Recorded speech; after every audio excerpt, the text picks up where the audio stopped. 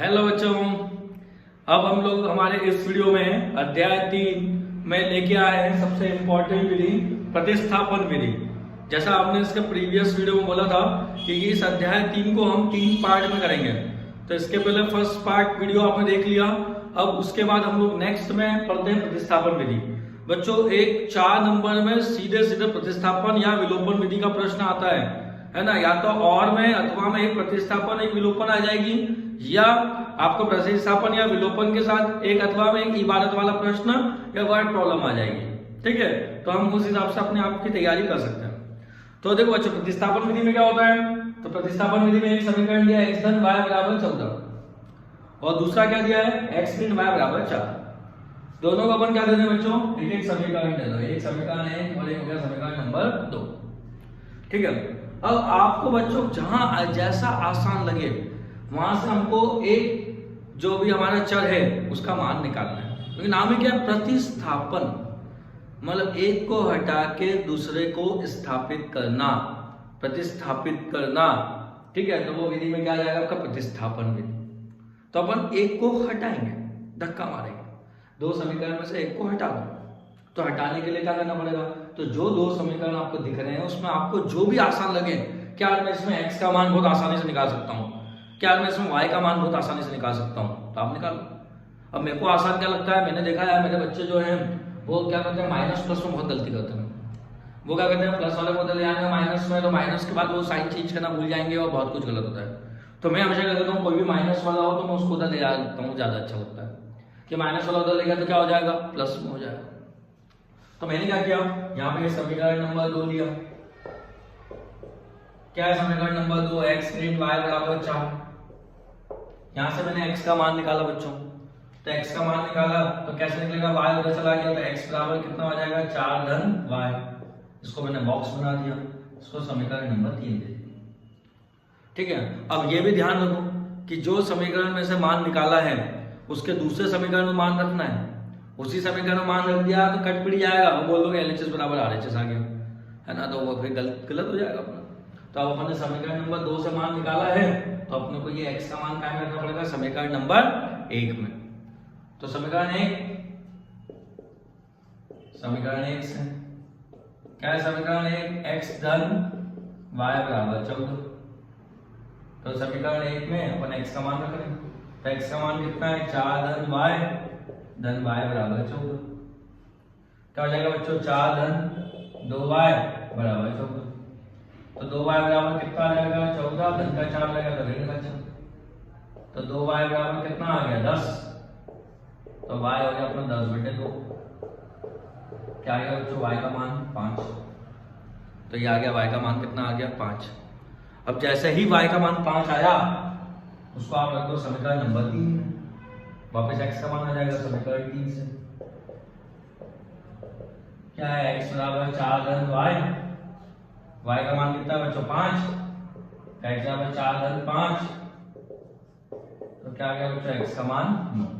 तो यहाँ आ गया x बराबर 9 और y बराबर कितना आ गया बच्चों 5। अब अपन ने निकाल दिया x और y का मान कि भाई यहाँ पे x बराबर 9 है, y बराबर 5 है। अब प्रश्न 4 नंबर का सही है कि गलत अब पहचान है, तो कुछ नहीं, अपन ये x और y का मान समीकरण में रख के दे दो। जैसे मैंने रखा x का मान 9, y का मान 5, तो 9 धन 5 कितना आ गया 14। x का मान 9, y का मान 5, 9 में 5 कितना आ गया 4। खुश हो जाओ भाई, हमारा आंसर सही है। तो आपका आंसर बिल्कुल सही है, मतलब आपको पूरे नंबर मिल जाएंगे।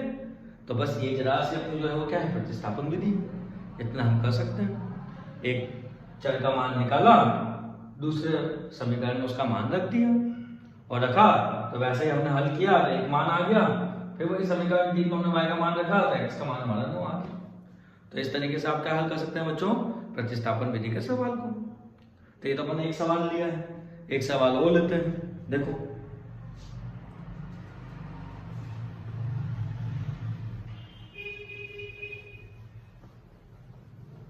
क्या है अगला सवाल अपना, s ऋण t बराबर 3, s ऋण t बराबर 3 और एक क्या s/3 धन t/2 बराबर 6। दो समीकरण आ गए वापस, s ऋण t बराबर 3 और s/3 धन t/2 बराबर 6। एक को लिया समीकरण नंबर 1 और एक को लिया समीकरण नंबर 2। तब दिख रहा है कि यार नीचे तो अपने को बटे में आ गया है, तो थोड़ी सी समस्या दिख रही है। तो अपन समीकरण नंबर 1 में से s का मान निकाल लेते हैं। तो समीकरण 1 से क्या हो जाएगा, s इन t बराबर 3 माइनस का t हो जाएगा कितना हो गया, s equal to 3 plus t। ये आ गया हमारा समीकरण नंबर 3 बन गया। अब रख दो इसका मान, कहाँ में रखते हैं, तो समीकरण नंबर 2 में s का मान रखेंगे। क्या था, s बटे 3 धन t बटे 2 बराबर 6। s का मान रख रहा हूं बच्चों, देखो 3 धन t बटे 3 धन t बटे 2 बराबर कितना आ गया, 6। अब इसके बाद कई बच्चे कंफ्यूज होते हैं, वो सोचते हैं 3 से 3 कट जाएगा। तो ऐसी गलती नहीं करना बच्चों, अपन ऐसा काट नहीं सकते जिसमें प्लस का साइन लगा होगा। तो फिर अपन क्या करेंगे, अब 3 और 2 का क्या ले लेंगे, लघुत्तम। नहीं आ रहा लघुत्तम तो दोनों को गुणा कर लो। तो 3 गुणित 2 कर लो, 3 दूनी कितना हो गया, 6। फिर क्या करेंगे, इसका गुणा इसमें कर लो और इसका गुणा इसमें कर लो। यदि हमने दोनों का गुणा करके लिख दिया है तो फिर इसका इसमें गुणा और इसका इसमें गुणा कर लो। तो 2 का गुणा क्या कर लेंगे, 3 धन t में, और 3 का गुणा क्या करेंगे, t में, बराबर कितना आ गया, 6। क्या आ गया, 2 3 6 धन 2t धन 3t, और ये 6 को इधर ले जाओ तो कितना हो गया, 4 4 36। तो अब क्या होगा बच्चों, तो ये 6 को हम उधर पहुंचा देते हैं, 2t धन 3t कितना हो गया, 5t बराबर 36 × 6, तो 5t बराबर कितना आ गया, 30। तो t आ गया 30 बटे 5। तो क्या आ गया, t का मान 6। तो बच्चों t का मान कितना आ गया, 6।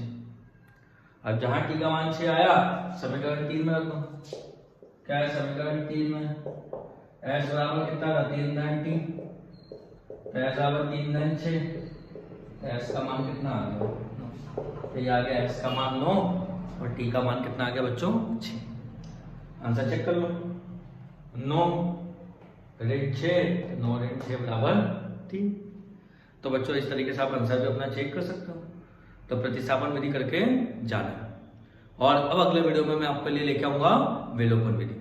देखो छोटे छोटे वीडियोस में लेके आऊंगा, आप एक एक पार्ट कंप्लीट करते जाएंगे। जैसे हम गेम में कैसे लेवल 1 लेवल 2 लेवल 3 जाते हैं, तो आपने चैप्टर 3 का फर्स्ट पार्ट कंप्लीट कर लिया, प्रतिस्थापन विधि पे आ गए, और जैसे प्रतिस्थापन विधि हुई कि आप इसका विलोपन विधि कर लोगे, और ये हो गया हमारा अध्याय तैयार।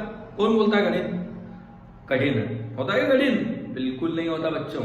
अच्छे से समझोगे, सारे कंसेप्ट क्लियर रखोगे, तो मैं बोलता हूँ मैथ्स बहुत अच्छा आपका पेपर जाएगा और मैथ्स बहुत अच्छा रिजल्ट लेकर आएगा बच्चों।